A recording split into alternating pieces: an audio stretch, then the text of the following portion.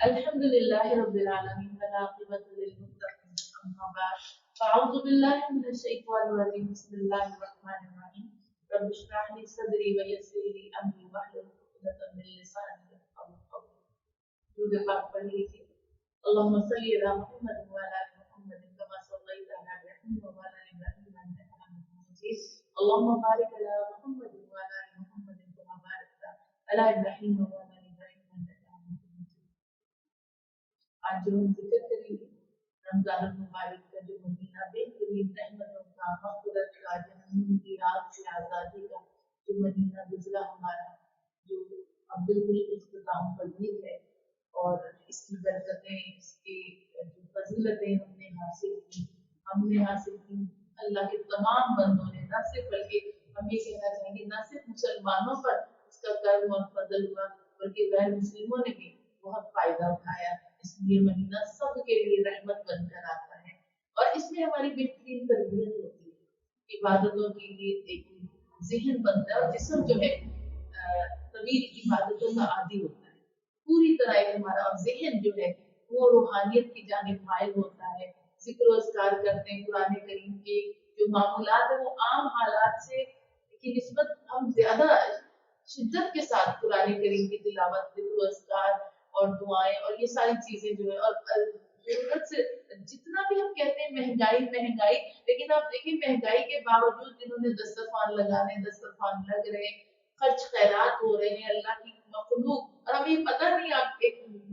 جا کے دیکھیں کہ جہاں دسترخوان افطار کے وقت لگے ہوتے ہیں اور اتنے لوگ ہوتے ہیں اس میں یہ بھی نہیں پتا ہوتا کہ مسلمان اور غیر مسلم بھی بیٹھے ہوئے ہیں روزہ دار اور بے روزے والے بھی بیٹھے ہوئے ہیں سب بیٹھ رہے ہیں سب فیض اٹھا رہے ہیں کیونکہ یہ سب کے لیے رحمتوں کا مہینہ ہے برکتوں کا مہینہ ہے ہدایت کا مہینہ ہے فضیلت کا مہینہ ہے اور ایک ذہن اور جسم اور ہماری روحیں اس کے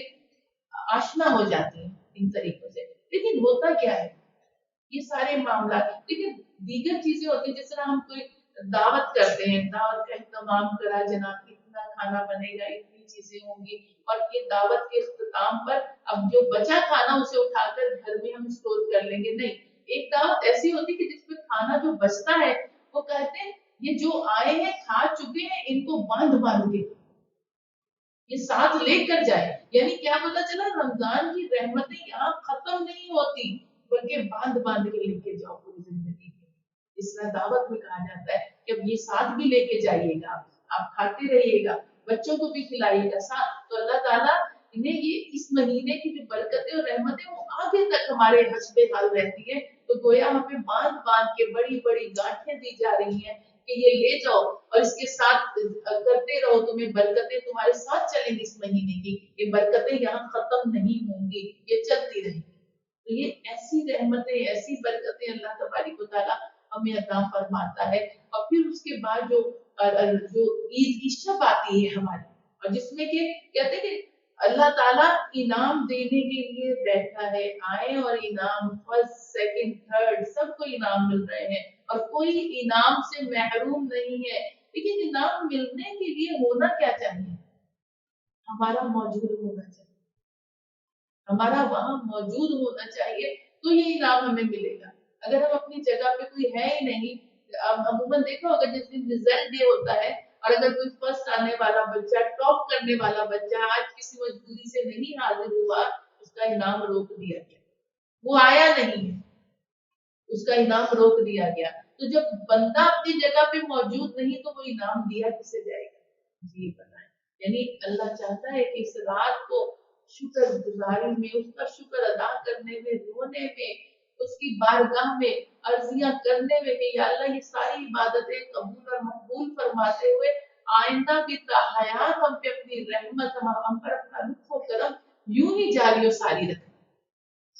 تو یوں ہی جاری و ساری بندہ اس وقت یہ دعائیں کرے یہ روئے گڑ گڑائے اپنے رب کی بارگاہ میں اور اللہ تعالیٰ اس کو رحمت کثیر عطا فرماتا ہے آپ سوچیں جب شب قدر کی ایک رات جو ہے 1000 مہینوں سے افضل ہے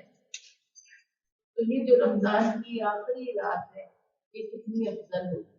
جب ایک رات میں اللہ کتنے لوگوں کو جہنم سے آزادی کا پروانہ تو کہتے ہیں اس رات کو اس سے بھی جو شب قدر میں جتنا ہوتا ہے اس سے بھی کئی گنا بڑھ کے اللہ تعالیٰ گنہگاروں کو آزادی کا پروانہ جاری کر دیتا ہے. کس سے؟ جہنم کی آگ سے. جہنم کی آگ سے آزادی کا پروانہ اللہ تعالیٰ جاری کر دیتا ہے اس رات. اب بجائے یہ کہ ہم تہس نہس کر دیتے ہیں، بلکہ عموماً دیکھیں ابھی یہ آخری جو عشرہ ہمارا چل رہا ہے، تراویاں ایک روٹین کے ساتھ چل رہی تھی، تلاوت کلام پاک ایک روٹین کے ساتھ چل رہی تھی، لیکن اب آخری عشرہ آ گیا، دنیا داری کے معاملات چیزیں اب وہ تراویوں میں اس طرح نہیں. اب گھر پہ یا کہیں بھی بیٹھ کے ہم پڑھ لیتے ہیں تراویاں، بٹ وہ ایک تسلسل نہیں رہا. ارے کبھی وہ ٹیلر کے پاس جانا ہے، کبھی وہاں جانا ہے، کبھی ادھر جانا ہے، یہ کرنا ہے وہ کرنا، یعنی اب وہ شروع ہو گیا، تھوڑا تھوڑا شروع ہو گیا معاملہ. یعنی اب پھر ہم اپنی جسم کو اس چیز کا عادی بنانا شروع ہو رہے کہ رمضان کے باہر نکل کر کرنے کیا والے ہیں یہ چیزیں. ہم نے اس سے پہلے بھی اپنے ایک لیکچر میں ذکر کرا، اگر آپ لوگوں کو یاد ہوگا کہ صحابہ کرام کہ دین لین خرید و فروخت یہ سارے معاملات شعبان المعظم میں مکمل کر لیتے تھے تاکہ رمضان اور شب عید ایسے کام نہ کرنے پڑے، اور ہم اپنے کام جو ہے آخری عشرے پہ لے آتے ہیں. اور آخری عشرے میں جو تسلسل چل رہا ہوتا ہے عبادتوں کا، اچانک دیکھیں آپ ایک گاڑی آپ کی بڑی تیزی سے ڈرائیو کر رہے ہو، عموماً ہائی وے پہ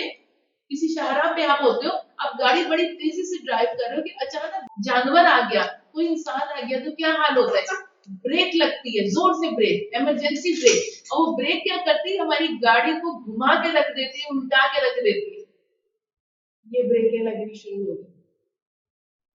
آخری عشرے میں، جو عبادتوں کا ایک تسلسل کے ساتھ دل جمعی کے ساتھ ہم کر رہے تھے، اب یہاں آ کے اسپیڈ بریکر آنے شروع ہو گئے ہمارے. تو کیا کہا جا رہا ہے، کیا کہا جا رہا ہے؟ صحابہ کرام کا طریقہ جو ہے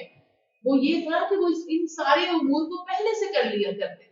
اچھا یہ مہنگائی کا آج ہم رونا رو رہے ہیں، کیوں؟